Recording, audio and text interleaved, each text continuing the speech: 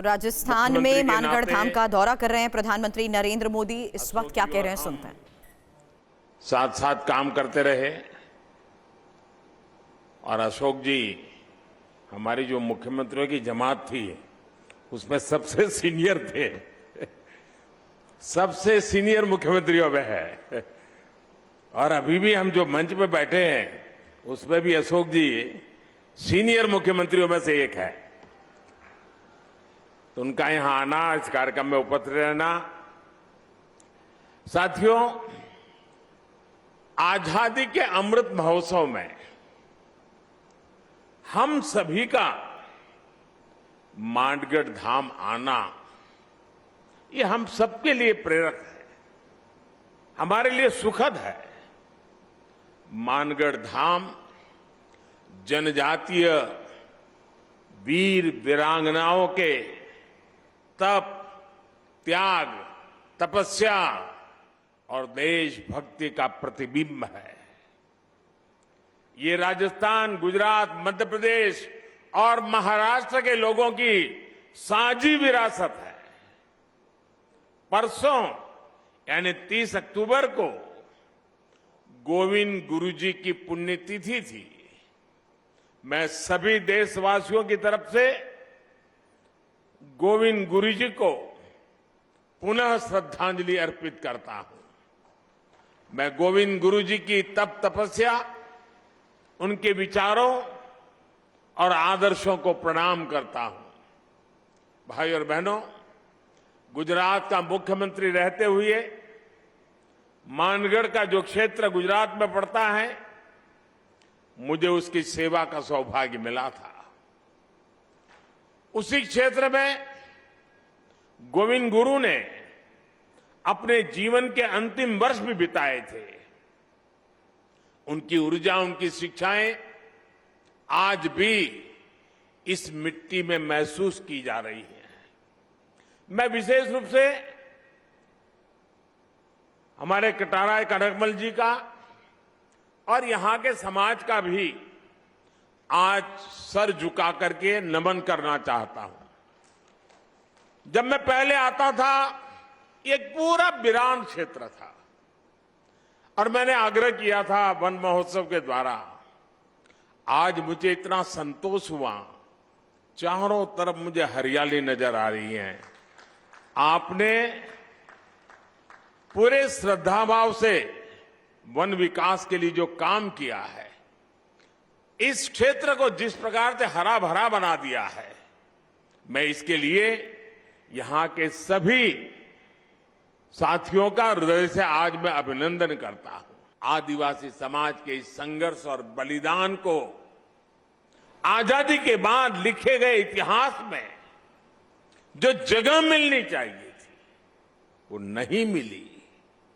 आजादी के अमृत महोत्सव में आज देश उस कमी को पूरा कर रहा है।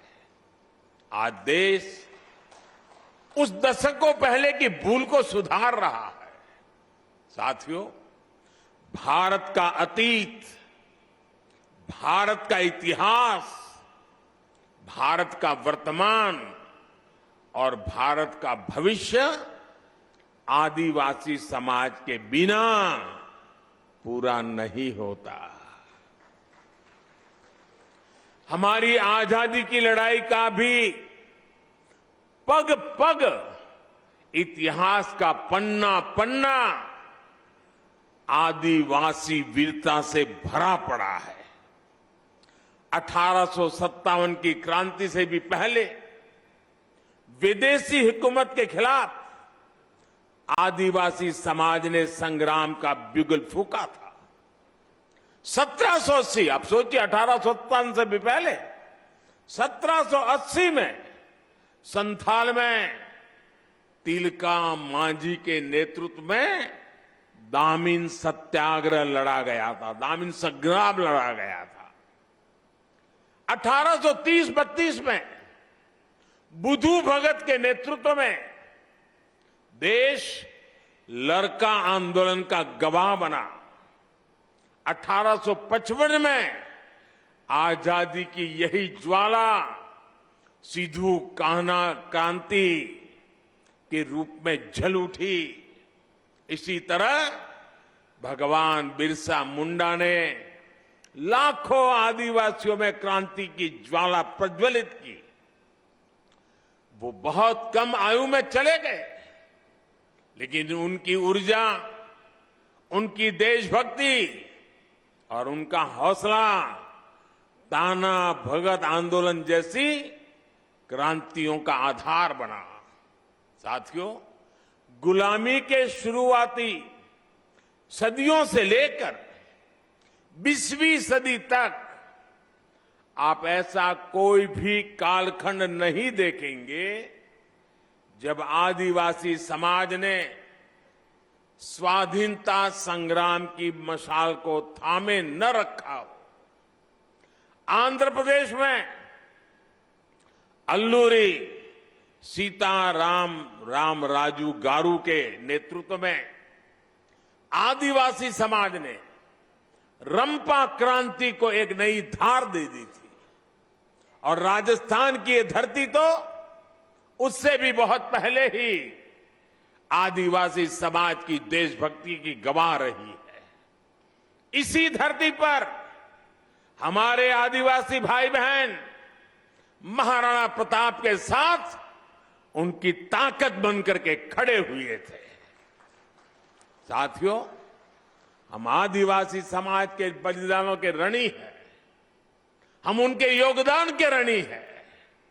इस समाज के इसने प्रकृति से लेकर पर्यावरण तक, संस्कृति से लेकर परंपराओं तक भारत के चरित्र को सहेजा और संजोया है।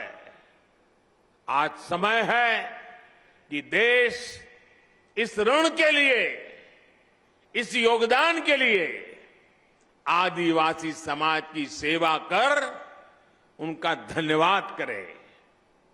बीते 8 वर्षों से यही भावना हमारे प्रयासों को ऊर्जा देती रही है। आज से कुछ दिन बाद ही 15 नवंबर को भगवान बिरसा मुंडा की जयंती पर देश जनजातीय गौरव दिवस मनाएगा। आदिवासी समाज के अतीत और इतिहास को जन जन तक पहुंचाने के लिए आज देश भर में आदिवासी स्वतंत्रता सेनानियों को समर्पित विशेष म्यूजियम बनाए जा रहे हैं। जिस भव्य विरासत से हमारी पीढ़ियां वंचित रह रही थी, वो अब उनके चिंतन का, उनकी सोच का और उनकी प्रेरणाओं का हिस्सा बनेगी। भाइयों बहनों, देश में आदिवासी समाज का विस्तार और उसकी भूमिका इतनी बड़ी है कि हमें उसके लिए समर्पित भाव से काम करने की जरूरत है। राजस्थान और गुजरात से लेकर पूर्वोत्तर और ओडिशा तक विविधता से भरे आदिवासी समाज की सेवा के लिए आज देश स्पष्ट नीतियों के साथ काम कर रहा है। वनबंधु कल्याण योजना के जरिए आज जनजातीय आबादी को पानी, बिजली, शिक्षा, स्वास्थ्य और रोजगार के अवसरों से जोड़ा जा रहा है। आज देश में वन क्षेत्र भी बढ़ रहे हैं, वन संपदा भी सुरक्षित की जा रही है और साथ ही आदिवासी क्षेत्र डिजिटल इंडिया से भी जुड़ रहे हैं। पारंपरिक कौशल के साथ साथ आदिवासी युवाओं को आधुनिक शिक्षा के भी अवसर मिले, इसके लिए एकलव्य आदिवासी विद्यालय भी खोले जा रहे हैं। यहां इस कार्यक्रम के बाद मैं जामुगोड़ा जा रहा हूं, जहां गोविंद गुरुजी के नाम पर बनी यूनिवर्सिटी के भव्य प्रशासनिक कैंपस का लोकार्पण करूंगा। साथियों, आज आपके बीच आया हूं तो एक और बात भी मेरा बताने का मन करता है। आपने देखा होगा, कल शाम ही मुझे अहमदाबाद से उदयपुर ब्रॉडगेज लाइन पर चलने वाली ट्रेन को हरी झंडी दिखाने का अवसर मिला है। 300 किलोमीटर लंबी इस रेल लाइन का ब्रॉडगेज में बदलना राजस्थान के हमारे भाई और बहनों के लिए भी बहुत महत्वपूर्ण है। इस परिवर्तन से राजस्थान के अनेक आदिवासी क्षेत्र गुजरात के आदिवासी क्षेत्रों से जुड़ जाएंगे। इस नई रेल लाइन से राजस्थान के टूरिज्म को भी बड़ा लाभ होगा। यहां के औद्योगिक विकास में भी मदद मिलेगी। इससे युवाओं को रोजगार की भी नई संभावनाएं बढ़ेगी। साथियों, अभी यहां मानगढ़ धाम के संपूर्ण विकास की चर्चा भी हुई है। मानगढ़ धाम के भव्य विस्तार की प्रबल इच्छा हम सभी में है। इसके लिए राजस्थान, गुजरात, मध्य प्रदेश और महाराष्ट्र को मिलकर काम करने की आवश्यकता है। मेरे यहां चारों राज्य और सरकारों से आग्रह है कि इस दिशा में विस्तृत चर्चा करें, एक रोड मैप तैयार करें, ताकि गोविंद गुरु जी का स्मृति स्थल भी पूरे विश्व में अपनी पहचान बनाए। मुझे विश्वास है मानगढ़ धाम का विकास इस क्षेत्र को नई पीढ़ी के लिए प्रेरणा का एक जागृत स्थल बनाएगा। और मैं ये विश्वास दिलाता हूं, क्योंकि कई दिनों से हमारी चर्चा चल रही है, जितना जल्दी, जितना ज्यादा क्षेत्र हम निर्धारित करेंगे, तो फिर सब मिलकर के और भारत सरकार के नेतृत्व में हम इसको और अधिक विकास कर सकते हैं। इसको कोई राष्ट्रीय स्मारक कह सकता है, कोई संकलित व्यवस्था कह सकता है, नाम तो कोई भी दे देंगे, लेकिन भारत सरकार और इन 4 राज्यों के जनजातीय समाज का सीधा संबंध है। इन चारों राज्यों ने और भारत सरकार ने मिलकर के इसको और नई ऊंचाइयों पर ले जाना है। उस दिशा में भारत सरकार पूरी तरह कमिटेड है। मैं फिर एक बार आप सबको बहुत बहुत शुभकामनाएं देता हूं। गोविंद गुरु के श्री चरणों में प्रणाम करता हूं। उनकी धुनी से मिली हुई प्रेरणा से आदिवासी समाज के कल्याण का संकल्प लेकर के हम सभी निकले, यही मेरी आप सबसे प्रार्थना है। बहुत बहुत धन्यवाद।